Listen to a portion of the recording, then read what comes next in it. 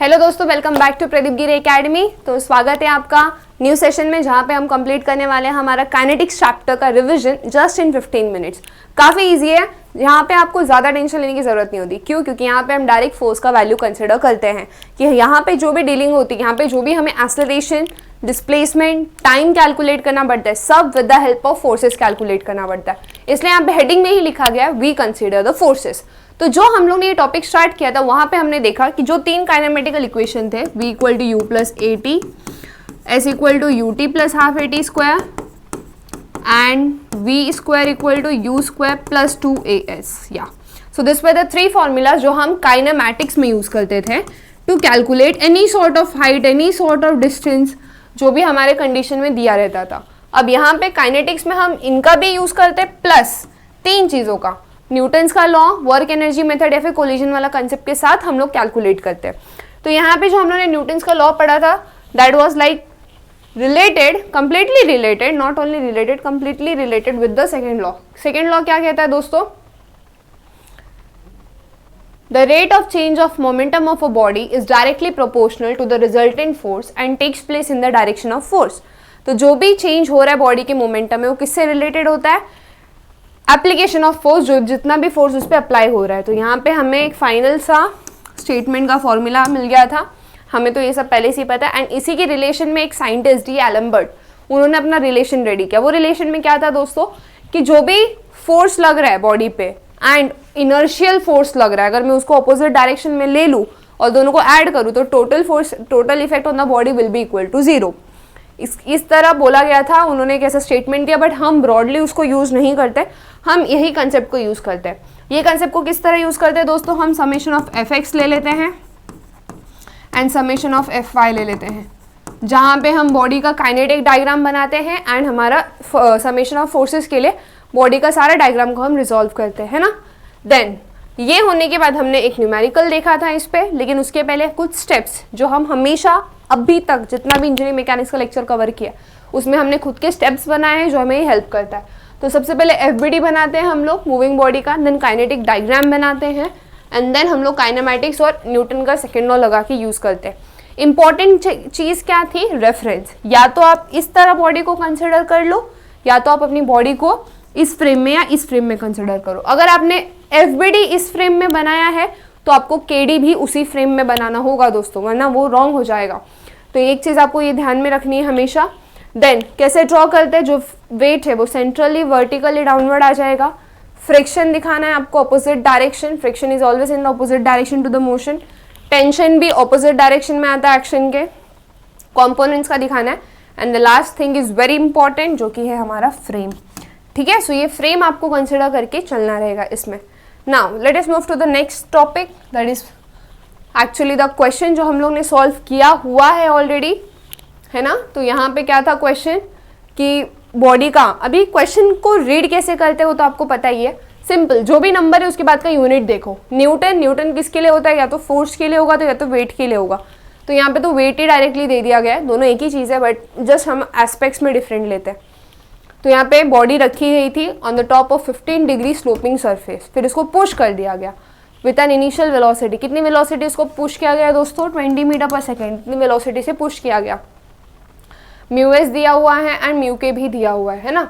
Determine the distance. अब सबसे पहले हम लोग देख लेते हैं, हमारी एक्चुअल बॉडी इस तरह है, तो उसका के डी ऐसे आ जाएगा एंड एफ बी डी ऐसे आ जाएगा। तो यहाँ पे आप देख सकते हो के डी को भी अगर मैं ऐसे सीधा घुमा दूँ, अगर ये जो मेरा के डी है उसको मैं ऐसे सीधा घुमा दूँ, तो आप देख सकते हो कि सिर्फ एक्स डायरेक्शन में ही एक्सेलरेशन लग रहा है, वाई डायरेक्शन में नहीं लग रहा है। तो इसके लिए हमने क्या किया? सबसे पहले जो न्यूटन का सेकेंड लॉ है वो हम लोग ने वाई डायरेक्शन में लगाया, ताकि हम लोग का एक साइड 0 हो जाए एंड जो एक साइड में अननोन वैल्यू है, अननोन चीज़ है जो हमें नहीं पता है, वो हमें मिल जाए। तो ये कंसेप्ट लगा के हमने हमारी वैल्यू कैलकुलेट कर ली। Then summation of F X ले लिया।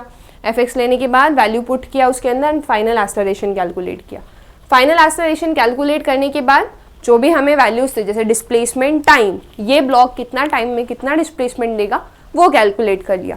तो इस तरह हम लोग ने जो स्टेप्स थे, कौन सा था? First step number 1 was drawing the FBD. FBD draw किया, जहाँ पे हमने वेट दिखाया है बॉडी का। Let me just minimize this, या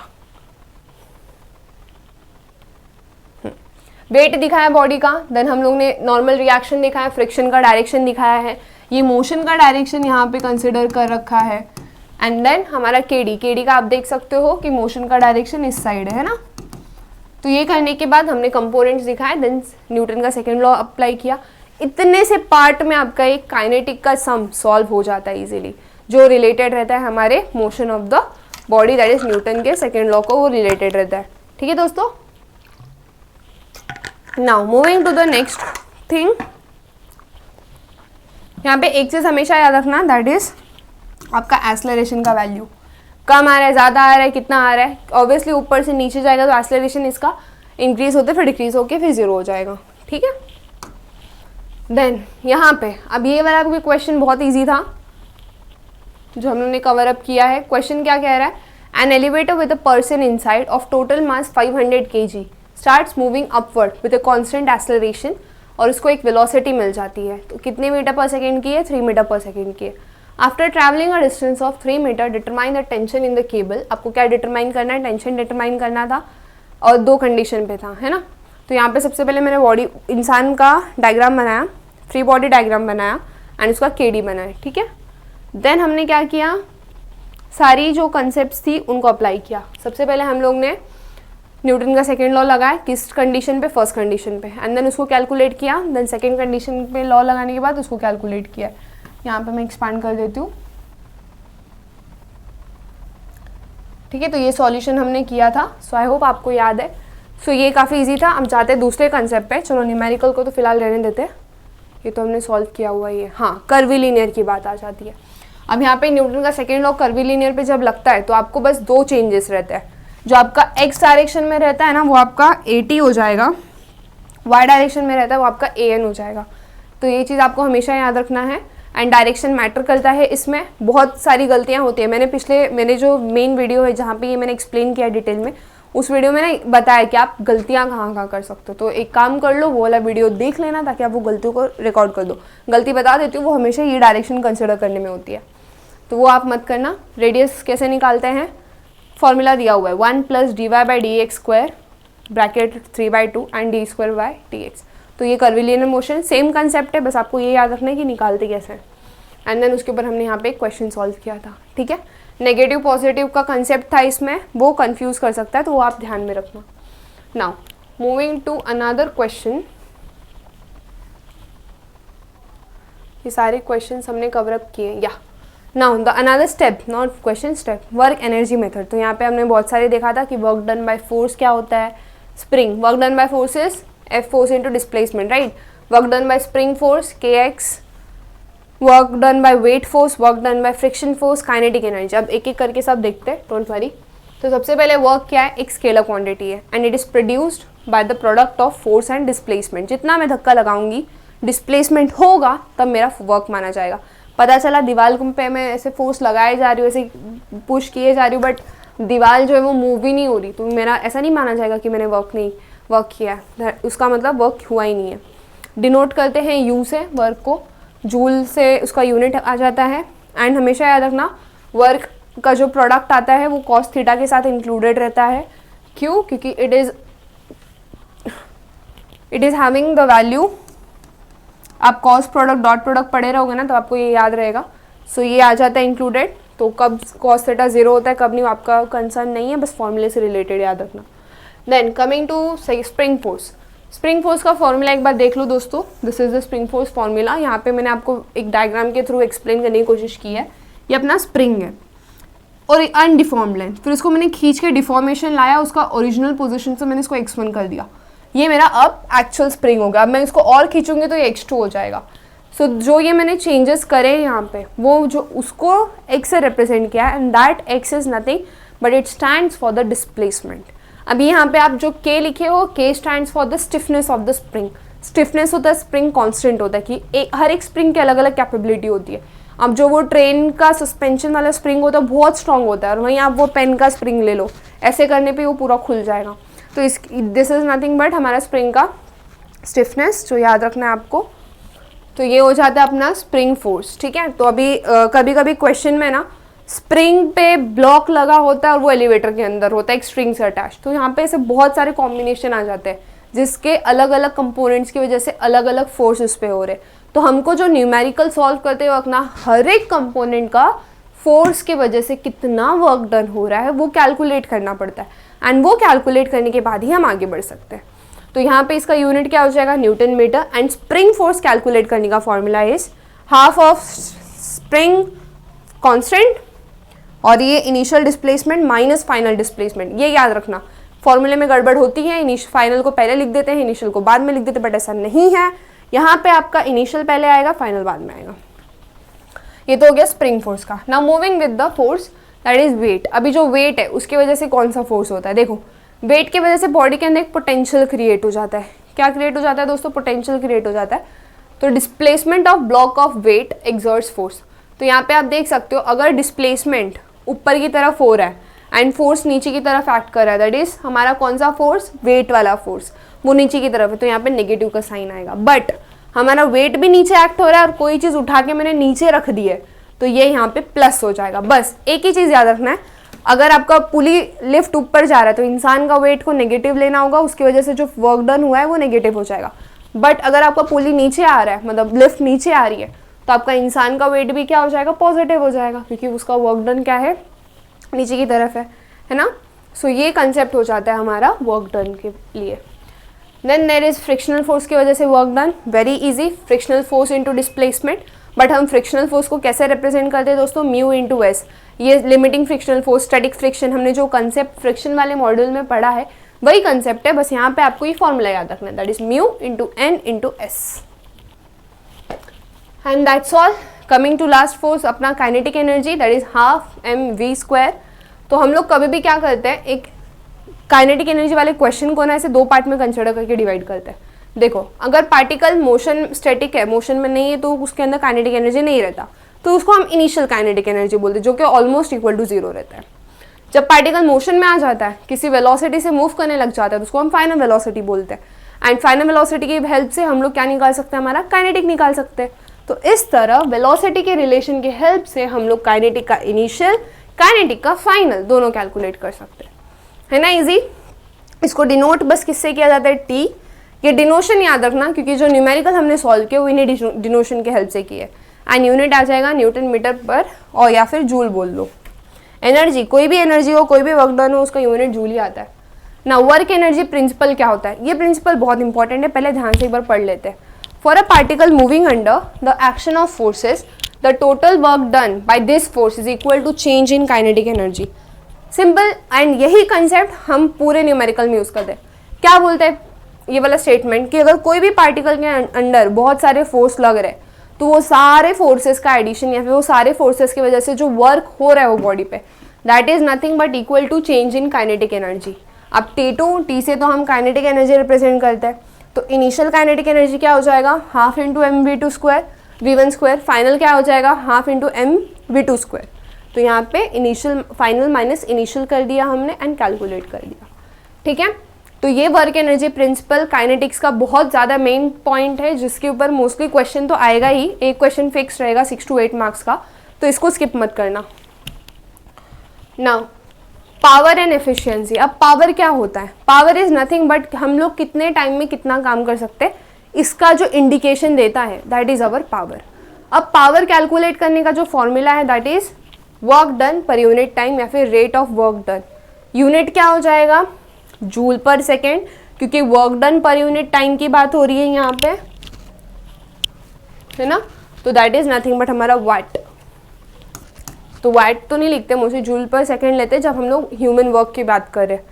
एफिशिएंसी क्या होता है, कितना पावर का आउटपुट मिल रहा है कितने पावर लगाने पर, उसको डिवाइड करते हैं इंटू 100। ये हमेशा परसेंट में हम एफिशिएंसी दिखाते हैं। जब आप आगे जाओगे, I am talking about the core field, वो लोग एफिशिएंसी ऑफ मशीन निकालेंगे, कोई भी वर्क करते हो, तब आपको पता चलेगा एफिशिएंसी एक्चुअली होता क्या है, ठीक है। So this is nothing but an instantaneous power के लॉरिक फॉर्मूला बन जाता है, force into velocity. So this was all about हमारा काइनेटिक्स का सेकेंड पार्ट, जिसपे हम लोग हमारी बाकी चीज़ें एक्सेलरेशन, वेलोसिटी, डिस्प्लेसमेंट कैलकुलेट कर सकते हैं। तो यहाँ पे न्यूमेरिकल था एक कि 13 न्यूटन का ब्लॉक है, उसको रिलीज़ किया गया है, स्लाइड डाउन करके नीचे आया एंड हम लोग को मैक्सिमम कंप्रेशन इन स्प्रिंग निकालना है। तो यहाँ पे 4 तरीके के फोर्स थे, राइट। तो हम लोगों ने चारों के चारों फोर्स कैलकुलेट किए, work done by weight, frictional force, spring force, फिर हम लोगों ने वर्क एनर्जी प्रिंसिपल लगाया and then final answer calculate किया। तो ये हमने करा था। आई होप आपको अगर ये न्यूमेरिकल देखना है तो प्लीज़ वो लेक्चर को रेफर कर लीजिए। ये भी बहुत इंटरेस्टिंग न्यूमेरिकल था हमारा, मेरा पर्सनल फेवरेट। इजी है, स्प्रिंग फोर्स एंड ये ऊपर नीचे जो पिस्टन की वजह से हो रहा है वो कैलकुलेट करके हमने किया था, कॉलर नॉट पिस्टन। ये वाला भी था हमारा स्पेशल क्वेश्चन। इससे ज़्यादा इजी क्वेश्चन कोई नहीं है, मैं आपको लिख के देती हूँ, अगर इजी क्वेश्चन मिल जाए तो बताना। ये सिर्फ आपको यहाँ पे पता करना था कि कौन सी बॉडी किधर जा रही है, क्या जीरो हो जाएगा एंड रेफरेंस लेके कैलकुलेट करना था। देन आता है हमारा इम्पल्स मोमेंटम मेथड, सबसे ज़्यादा इम्पॉर्टेंट कंसेप्ट जो आपको प्लेसमेंट्स के टाइम पे, तो ये क्वेश्चन अगर आपके टेक्निकल में नहीं रहा तो बताना फिर। ये क्वेश्चन एक ना एक तो प्लेसमेंट के टेक्निकल इंटरव्यू या टेक्निकल राउंड में जो रहता है उसमें पूछेंगे, या फिर वो टेक्निकल टेस्ट होता है उसमें तो फिक्स रहता है। तो ये याद रखना, इम्पल्स क्या होता है, इम्पल्स मोमेंटम इक्वेशन क्या होता है, कंजर्वेशन ऑफ मोमेंटम इक्वेशन क्या है, इम्पैक्ट क्या होता है, कोएफिशिएंट ऑफ रेस्टिट्यूशन क्या होता है। तो ये कॉन्सेप्ट बहुत इंपॉर्टेंट है, ये हमेशा याद रखना। अब इम्पल्स क्या होता है, वो टाइम के लिए कितना फोर्स लग रहा है। अगर मैं प्रोडक्ट निकाल लूँ टाइम को फोर्स से मल्टीप्लाई करके तो मुझे इम्पल्स पता चले कि कितना ज़्यादा वो इंटेंसिटी से काम कर रहा है। ठीक है, अब यहाँ पे जो स्टेटमेंट आता है वो ध्यान से देख लेते हैं एक बार कि स्टेटमेंट क्या कहता है।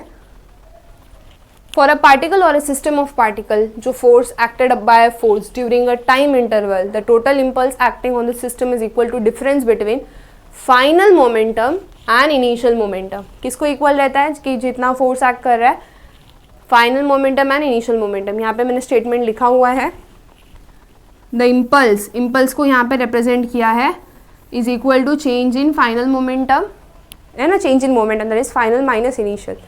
Impulse is force into displacement, but हम लोग टाइम के हिसाब से ले रहे हैं ना कि कितने टाइम तक काम करेगा, तो ग्राफ के हिसाब से कैसे जाएगा, इतने टाइम से इतने टाइम तक फोर्स लगा तो इसका इंटीग्रेशन कर लेंगे t1 टाइम से t2 टाइम तक एंड देन उसको इक्वल कर देंगे चेंज इन मोमेंटम तक। So this was the main concept जो कि इम्पॉर्टेंट है when it comes to kinetics point of view, जिसका टॉपिक हो जाता है आपका इम्पल्स मोमेंटम इक्वेशन। एंड ये कंसेप्ट के हेल्प से आप कितने भी न्यूमेरिकल सॉल्व कर सकते हो। ठीक है, जब इम्पल्स की बात हो रही है। अब यहाँ पे क्वेश्चन को प्रोसीड कैसे करना है, देखो पहले तो ऐसे करना, इनिशियल मोमेंटम लिखना, F B D of the force, that is जो F B D of the force जो भी आप एफ बी डी बनाओगे, ठीक है, and equal to final momentum and then आप इक्वेशन लगा के सॉल्व कर सकते हो। न्यूमेरिकल देख लेते हैं जो यूज़ किया था हमने यहाँ पे।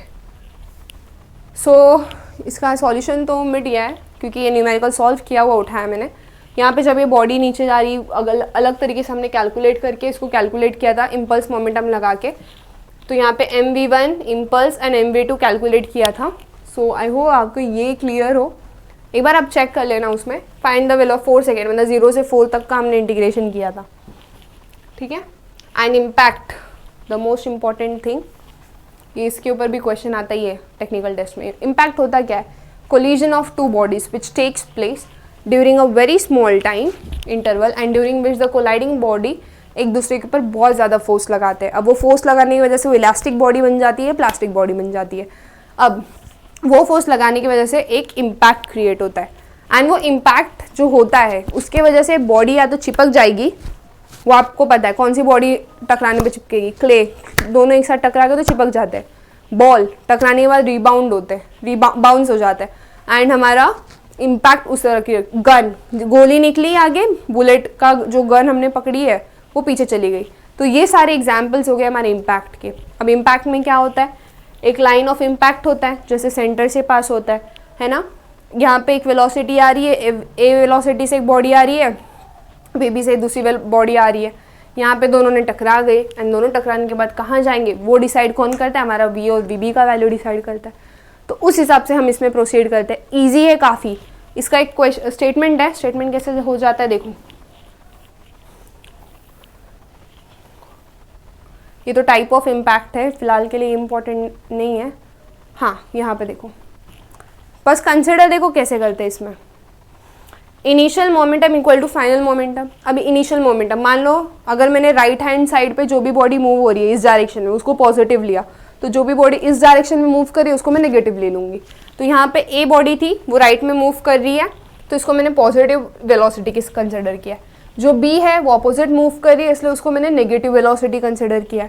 फिर दोनों का इनिशियल मोमेंटम ऐड हो जाएगा। Then coming to final, final के बाद मैंने मान लिया कि ये बॉडी आई, टकराई, फिर से शेप ली और दोनों दूसरी चली गई, तो ए का डायरेक्शन चेंज हो गया, तो इसके लिए यहाँ पे देखो वेलोसिटी को नेगेटिव ले लिया।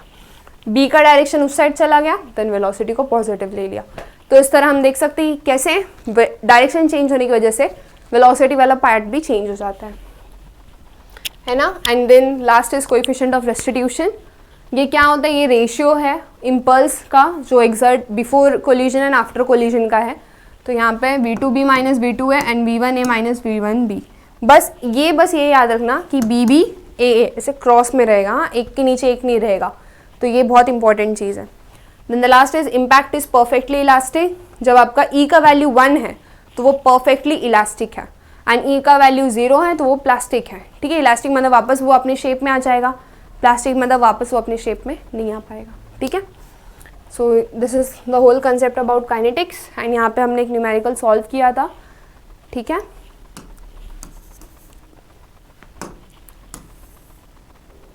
Question was a 2 kg ball is moving with 0.4 meter per second towards right. Collide कर रहा है, फिर दूसरे बॉल को मूव कर दे रहा है। देन हमें क्या निकालना था कि उसका लॉस ऑफ काइनेटिक एनर्जी जब इम्पैक्ट परफेक्टली इलास्टिक है। तो हमने केस 1, केस 2, केस 3 लेके सॉल्व किया था। तो यहाँ पे थर्ड केस का सॉल्यूशन दिख रहा है, जहाँ पे आपका ई का वैल्यू बोला गया है 0.7 लेना है। तो ई का वैल्यू 0.7 लेना है हमें। देन हम कैसे उसको प्रोसीड किए थे, ध्यान से देखो। ई का वैल्यू 7 है, वेलोसिटी हमें पता है तो हमने वैल्यू पुट किया एंड va माइनस वीबी निकाल लिया। फिर इनिशियल मोमेंटम फाइनल मोमेंटम से दूसरा इक्वेशन निकाल लिया। ये दोनों इक्वेशन को सॉल्व करके v और vb की वैल्यू ले ली। v और vb की वैल्यू से डायरेक्शन भी मिल गया प्लस माइनस की हेल्प से। देन थर्ड निकाला हमने काइनेटिक एनर्जी का कंजर्वेशन। कैसे, बिफोर इम्पैक्ट मतलब इनिशियल वेलोसिटी, आफ्टर इम्पैक्ट मतलब फाइनल वेलोसिटी के साथ, देन माइनस करके वैल्यू निकाल के परसेंट आ गया। So this was the whole concept of kinetics. काफ़ी ईजी था। देखो आपका आंसर ये 20 मिनट में आपका पूरा चैप्टर रिवाइज हो गया है ना। सिर्फ फॉर्मूले आपको याद रखने हैं कौन कौन से, work done bye kinetic energy work, जो सॉरी काइनेटिक एनर्जी का वर्क डन वाला पार्ट, स्प्रिंग का वर्क डन वाला पार्ट, फोर्स से वर्क डन, फ्रिक्शन फोर्स है, ये सब याद रखना है। सारे स्टेटमेंट, पहले में न्यूटन सेकेंड लॉ, थर्ड में वर्क एनर्जी प्रिंसिपल, फिर ये अपना काइनेटिक वाला कंजर्वेशन ऑफ मोमेंटम, बस फिर आपका ये चैप्टर डन हो जाएगा। So that's all for today's lecture. Thank you so much for watching. Subscribe the channel if you are new to this channel and motivate us by commenting. Keep learning, keep growing. Goodbye, take care.